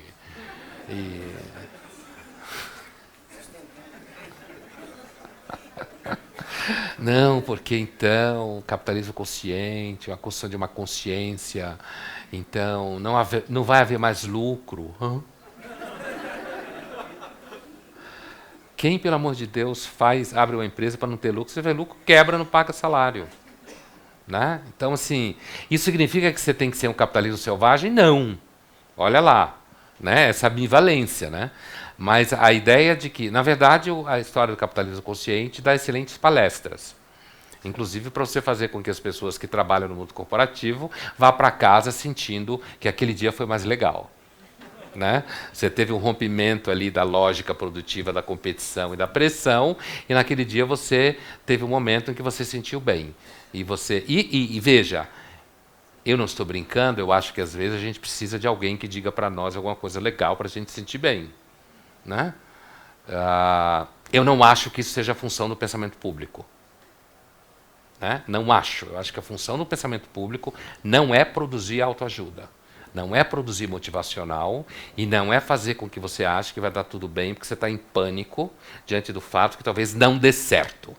Acho que a função do pensamento público é nos ajudar a talvez dar alguns nomes às coisas, que podem durar um pouco tempo, mas que pode ajudar a você lidar com essa tal dessas angústias que eu falava antes.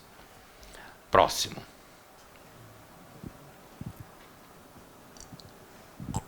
Boa noite, professor. Boa noite. Meu pai também lê todos os seus artigos comigo e os livros, a gente sempre debate bastante, então estou bem feliz de estar aqui. Obrigada. É o seguinte, o senhor tinha falado antes dessa questão da busca por experiências e cada vez mais diversas para que eu possa, de alguma forma, extinguir a minha angústia, numa tentativa de extinguir a angústia. E aí o mercado tem falado muito de employee experience. E eu queria saber a sua opinião sobre isso. Você é carioca? Eu sou. Então, o mercado e o marketing essencial tem todo um âmbito em que eu toquei na questão eu toquei em duas coisas. Toquei na questão do pensamento público e disse que não achava que a função dele fosse produzir motivacional e autoajuda. Né? Falei isso há pouco para vocês. E eu parto daí. Me parece que o mercado, hoje, um dos terrenos onde você encontra essa questão do marketing existencial posto, ou seja, um marketing voltado para produzir significados, isso é uma tradução do termo, né? Ou vender significados, é justamente no âmbito corporativo. Justamente no âmbito corporativo. Então, primeiro, quando você associa a palavra experience a uma outra coisa, ela já virou gourmet. Imediatamente. O efeito semântico é na velocidade da luz. Né? Você coloca a palavra experience do lado, ela virou gourmet. Com isso, eu não quero dizer que não exista um âmbito da vida corporativa, do trabalho, né, que seja um âmbito passível de ser denominado experiência. É claro que sim. A palavra experiência é uma palavra de largo significado semântico, né, que se você tentar botar o dedo em cima dela, como se fala, né, no sentido de precisar ela claramente, você não vai conseguir, porque a palavra experiência, nos estudos de religião, em ciências sociais da religião, inclusive, ela é recusada, né? Porque ela tem uma imprecisão semântica nas bordas. O que é exatamente experiência? É o que você fala, então é linguagem. O que é exatamente experiência? Como você pratica determinadas coisas, logo é prática social. Certo? O que é experiência? É aquilo que eu relatei, logo é texto. Ah, é psicológica, mas como você tem acesso? Ah, não, porque então eu falo disso, eu articulo, eu tenho medo, então é afeto. Então, há uma dúvida com relação à palavra experiência como um todo. E eu queria deixar claro isso do ponto de vista do conceito.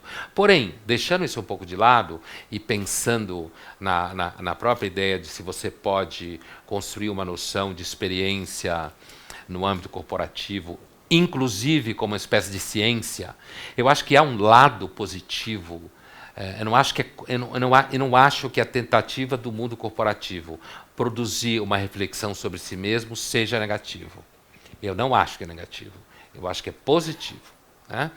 O que me parece é que essa tentativa de produção de uma reflexão sobre si mesmo sempre resvala no risco de forçar as fronteiras da lógica produtiva sobre as pessoas.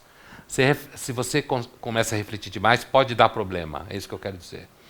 Mas eu não acho que não seja interessante a ideia do mundo corporativo criar conceitos e produzir reflexão e tentar lidar com o cotidiano, os processos, as tendências, os problemas. Vou dar um exemplo. Por exemplo, atualmente a questão de como você lidar no âmbito médico com o fato de que especialidades associadas a procedimentos em medicina poderão desaparecer porque a inteligência artificial tem maior capacidade cognitiva do que qualquer ser humano, isso implica numa reflexão sobre trabalho. Toda reflexão sobre inteligência artificial ela é social. Quem está querendo resolver problema de inteligência artificial na empresa só não vai conseguir pensar direito. É social porque a disrupção é social, é histórica. Não é só num segmento de mercado específico. Ela é socio-histórica. Né? Política também, mas eu não estou tocando nisso. Então, você produzir uma reflexão sobre a experiência de alguém no seu dia a dia que é obrigado a repensar a sua colocação e a forma como você exerce sua profissão, eu estou longe de achar que isso não é importante e que a empresa, o hospital, ou seja lá que segmento for, não deve fazer uma reflexão sobre isso. É claro que deve fazer. Eu não estou querendo dizer que não exista uma experiência que merece atenção. Eu estou dizendo que há um risco. Primeiro, a palavra experience soa sempre gourmet, sem tomar cuidado. Se você não come, você tem uma experiência com a comida, você é gourmet. Certo? Você é gourmet. Você não está...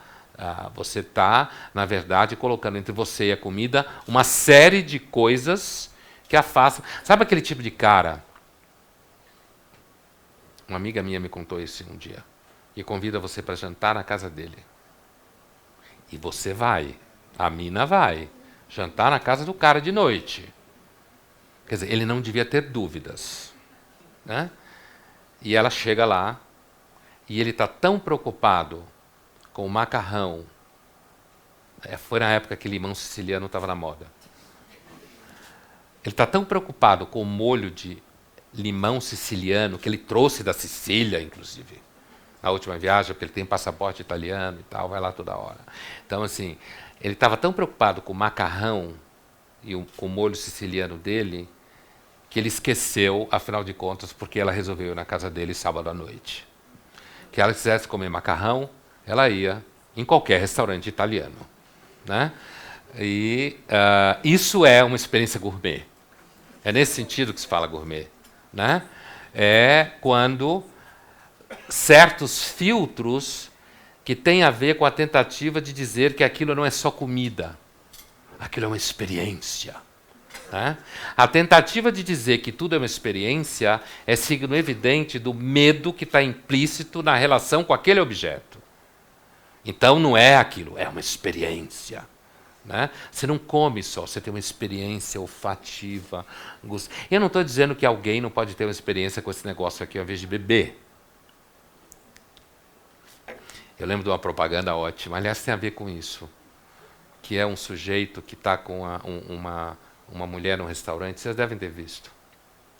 E ele pega o vinho e põe na boca, e ele começa a fazer assim com o vinho na boca, e ela vai se assustando assim na mesa. Vira essa propaganda, acho ela ótima.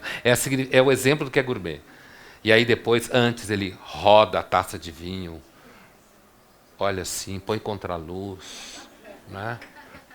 Cheira do lado de cá, cheira do lado de lá, põe na boca. O que ele está querendo mostrar para ela é, sei lá, um pavão mostrando as asas e as penas, só que na verdade são penas fakes, no caso.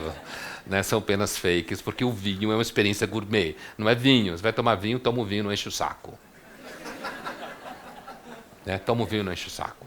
Né? Então, assim, então todo esse âmbito, inclusive no âmbito corporativo, e eu queria dizer, eu acho interessante esse tema, e é um tema que, inclusive, faz parte do meu cotidiano, porque eu tenho ido algumas vezes no mundo corporativo fazer uma reflexão sobre certos temas que me interessam e interessam aquela empresa especificamente, e nós vamos lá conversar.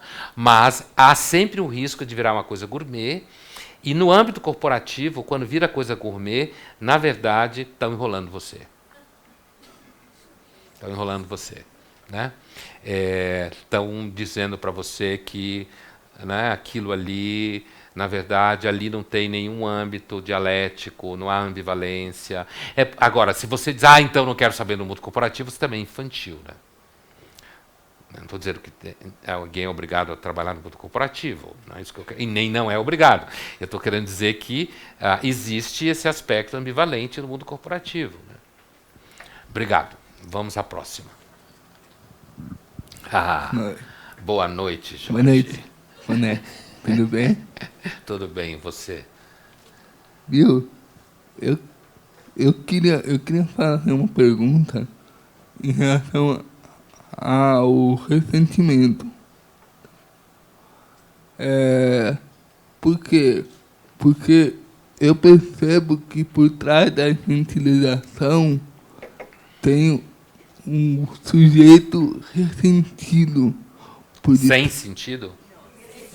Ressentido, tá. Opa. Ressentido. E daí eu queria que você explorasse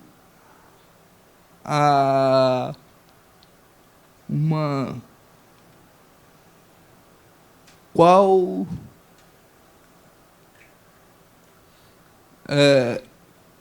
o tema da coragem para enfrentar a da diversidade e tal. Como que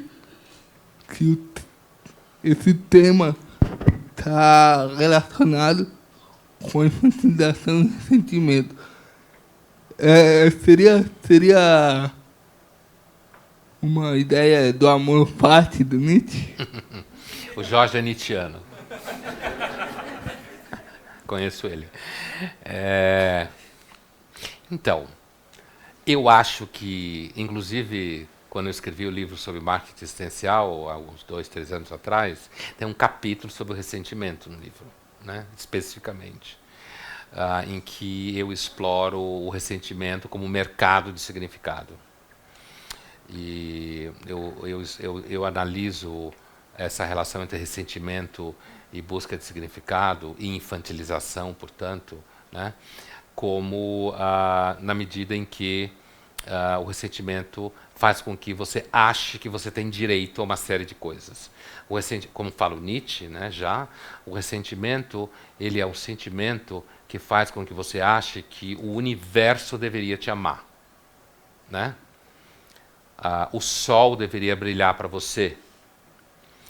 E aí, se eu vou do Nietzsche ao Theodore Dalrymple, aquele psiquiatra inglês, que na verdade chama-se Anthony Daniels, mas usa um pseudônimo na vida de escritor, né? E é assim que a gente o conhece, Theodore Dalrymple, inclusive largamente traduzido no Brasil, merece a leitura para quem se interessa por esses temas de ressentimento. O Dalrymple vai dizer que o ressentimento no âmbito psicossocial, que é o que mais me interessa no capítulo especificamente, é um ressentimento que faz com que você ache que todo mundo é culpado pelo que aconteceu com você ou o que acontece com você. O ressentimento infantiliza porque ele, de certa forma, aliena você da ação. De uma ação que não nasça da ideia de que o outro deve para você, né? E o ressentimento mantém você numa condição infantil, porque o ressentimento faz com que você ache que tudo que acontece com você, a culpa é do outro, né? No plano nietzschiano, é claro, isso está posto, porque esse outro, para o Nietzsche, não existe. O que existe é uma natureza cega, criadora e destruidora. E, quando você fala do amor fati e da coragem, né, é assim, a saída do ressentimento para o Nietzsche é justamente você perder o medo da falta de sentido. Essa fórmula nietzschiana, filosoficamente super elegante, né? Eu não acho que seja tão fácil assim, mas, sem dúvida nenhuma, super elegante conceitualmente, que é a ideia de que se você perde o medo da falta de sentido, porque o que o ressentimento faz, e que é o medo da falta de sentido, é o ressentimento, na linguagem dele, o que o ressentimento faz é adoecer o eros. Em outros termos, deixa você broxa. Não só sexualmente.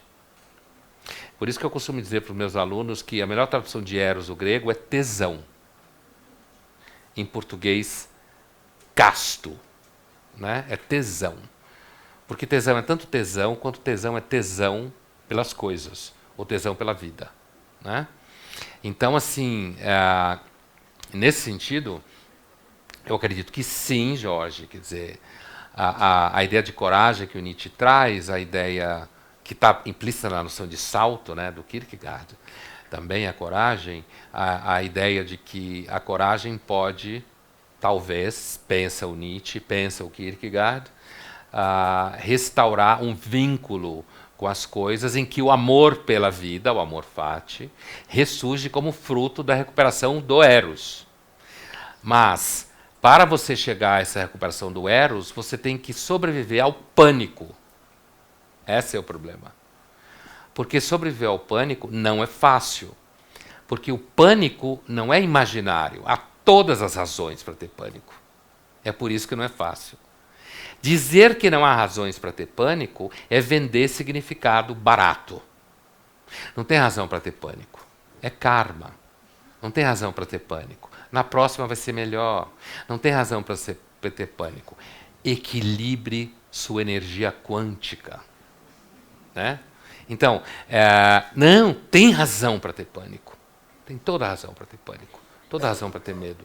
Todos os níveis, do ontológico ao psicológico, ao transporte urbano, andar na rua, a usar tudo tem razão para ter medo. É por isso que a filosofia do Nietzsche ela é tão, digamos, inspirada.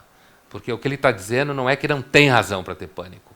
O que ele está dizendo é que se você tiver pânico, você não consegue descobrir que existe uma outra razão, que é o vínculo erótico com a vida, no sentido nietzschiano. Não é comer todo mundo, não é isso que o Nietzsche quer dizer, né? É um vínculo erótico com as coisas, que seria resultado da recuperação do eros, que leva você ao amor pela vida. No âmbito do marketing existencial, tecnicamente falando, você também pode vender significados nietzschianos, como eu deixo claro. no material, no livro. Quer dizer, existem significados nietzschianos, por exemplo, você ser uma pessoa que vai acampar do lado de um vulcão na Islândia. Né? Você está tendo uma experiência estética, o Nietzsche é conhecido por... O filósofo estetizante em filosofia, que a gente fala... O que é um filósofo estetizante? É um filósofo que, quando perguntam para ele qual é o sentido da vida, ele responde o gosto. Né? Qual é o sentido da vida? O gosto. O prazer, o gosto, que não significa só coisa gostosa, a capacidade de sentir o gosto da vida. Então, se você está triste, é você saber que está triste. E saber que tem motivo para estar triste. Todos os motivos, várias vezes, muitas vezes. Né? Então não é confundir gosto com a ideia de que você quer que a vida seja uma barra de chocolate o tempo inteiro. Né? Então pode existir no marketing existencial, sim, produtos que inclusive eu descrevo como sendo produtos que seriam mais caros, né? Que são produtos que têm essa inspiração nietzschiana como matriz. Não seria o quê? Ah, Nutella! Você pode, claro. Toda experiência que é feita dentro de um certo tipo assim, eu vou dormir no pé do vulcão, mas ele não vai entrar em erupção, e daqui a pouco vem me buscar aqui, o carro não vai quebrar, eu não vou passar frio, eu não estou perdido. Tem um grau de Nutella, claro que tem um grau de Nutella. Ele está usando o conceito filosófico de Nutella, né? Raiz Nutella, né? Todo mundo conhece esse conceito filosófico de Nutella. Nutelar a vida é justamente você... por exemplo, você ter uma experiência da Amazônia que não tem mosquitos. Os mosquitos não são convidados. Né? O que significa que tem um certo nível da condição humana que se você ou Nutella, você se ferra. Né? Também tem esse aspecto. Obrigado, Jorge.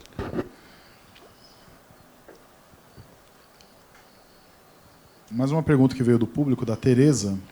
Ela diz assim: como adultos infantis reagem ao compartilhamento de bens? Característica da economia compartilhada. Esses adultos emprestam, dividem seus brinquedos? Então, eu lembro de um filósofo, ele ficou famoso depois, mas quando eu estava lendo esse livro dele, era Os Usos do Pessimismo, Roger Scruton. Hoje ele ficou famoso, mas alguns anos atrás ele não era famoso entre nós, né, o Roger Scruton.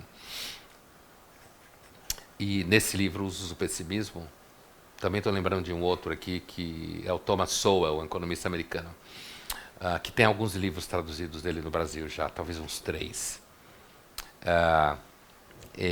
Quando eles falam que as professoras têm sempre que explicar para as crianças que elas têm que dividir os brinquedos. A professora não precisa dizer para as crianças, não dividam os brinquedos, porque eles não querem dividir mesmo. Ela não tem que dizer, não dividam os brinquedos. Eu acho que talvez um dos riscos da nutelagem maior seja quando você nutela o que a criança é. Então, ela é linda, ela é maravilhosa, ela só tem bons sentimentos. Não, ela não é nem um demônio, nem um anjo. Ela é aquilo. Aquilo lá. Né? Que quem já teve sabe, quem trabalha com criança deve saber também. Né? Se você achar que ela é um anjo, você vai atrapalhar ela. Assim como se você achar que ela é o capeta encarnado na face da Terra. Então, eu lembrei desse exemplo por quê? Porque eu conheço uma menina, uma estudante pesquisadora, que fez uma pesquisa uma vez sobre economia solidária e compartilhada, e então, aguerrida aderente à ideia, então, quando ela começou a pesquisa, que ela descobriu na pesquisa que, normalmente, essas formas de economia funcionam bem, ou quando, na realidade, não tem nenhuma grande coisa sendo trocada.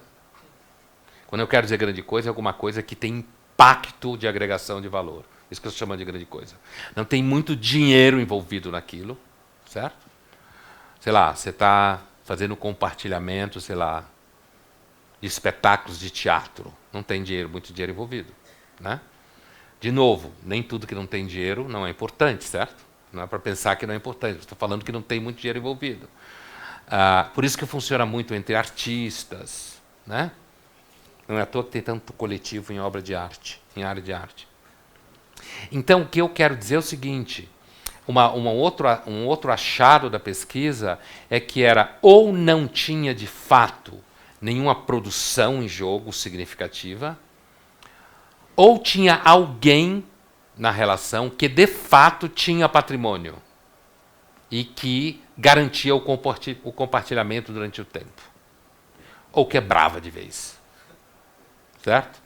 Então, a pergunta se na economia compartilhada adultos infantis conseguem compartilhar, primeiro eu acho que a economia compartilhada pode funcionar em certos âmbitos, né? Imagine você fazer economia compartilhada quando você tem greve de caminhoneiro, que teve há um ano atrás. Vocês perceberam ou não que durante a greve dos caminhoneiros tinha uma face pairando sobre o país e tinha um nome escrito embaixo assim, Thomas Hobbes. Certo? Thomas Hobbes, aquele cara, só psicanalista gosta dele, né? Porque passou de morte, essas coisas assim que freudiano gosta. Mas assim, Thomas Hobbes, o Estado perdeu o controle.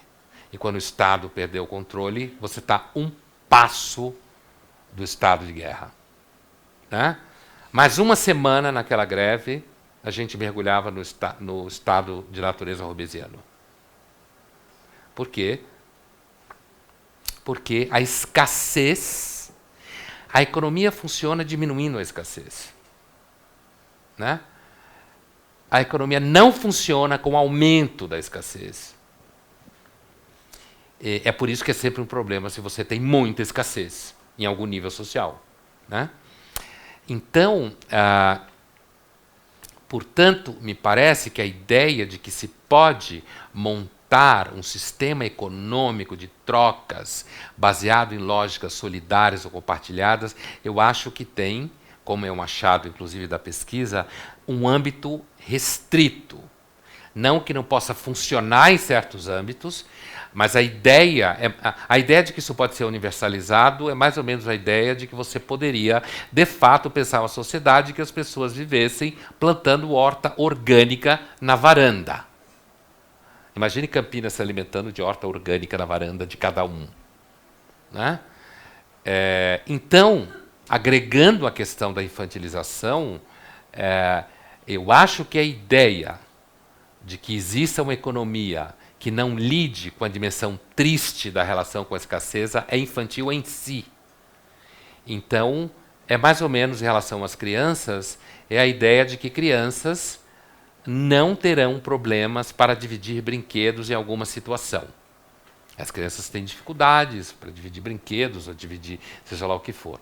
Mas um adulto infantilizado, eu acredito, tem sim muita dificuldade para compartilhar qualquer coisa, inclusive cotidiano, vida afetiva, trabalho, produção, responsabilidade. E aí ele vai dizer que, na realidade, ele não quer compartilhar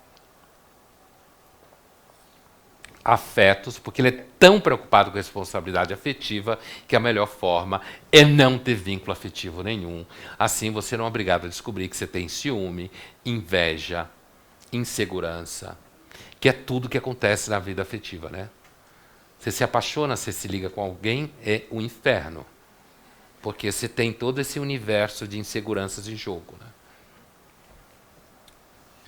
Pondé, infelizmente a gente não tem mais tempo para pergunta, tem um bolinho aqui, na verdade, que eu não consegui fazer, e mais algumas que vieram pela internet. Mas antes de acabar, dar os avisos finais, eu vou passar a última palavra para você fazer um encerramento. Tá bom. Obrigado pelas perguntas, né? Assim, eu espero que eu tenha conseguido passar para vocês a ideia da série, né? Vocês vão ter 3 encontros que vai aprofundar um pouco as coisas, algumas das coisas que eu falei aqui. Ter percebido que a ideia de você vender significados, na maioria das vezes, atrapalha o amadurecimento, porque muitas vezes significados são muito banais, né? São muito Nutellas, para falar a expressão aqui do Jorge, e que, dependendo do tipo, da forma como você encontra significado, busca significado, e aí eu vou dar um exemplo paradigmático para fechar no âmbito da espiritualidade, tá? Todas as formas de espiritualidade antigas e sólidas. Uma vez eu escrevi na coluna da Folha uma frase que era a seguinte: você quer procurar uma religião? Procure uma que tem no mínimo 1000 anos. Se passou pela Califórnia, não queira. Se ela disser que tudo depende da forma que você coloca o sofá em casa, não aceite. Certo? Então, o que é o que eu quero dizer? A espiritualidade, todas as formas espirituais antigas e mais consistentes, elas lidam com a ideia de que a busca espiritual passa por alguma forma de atravessamento do que na tradição judaico-cristã se chama de deserto, né? Enfrentar os demônios.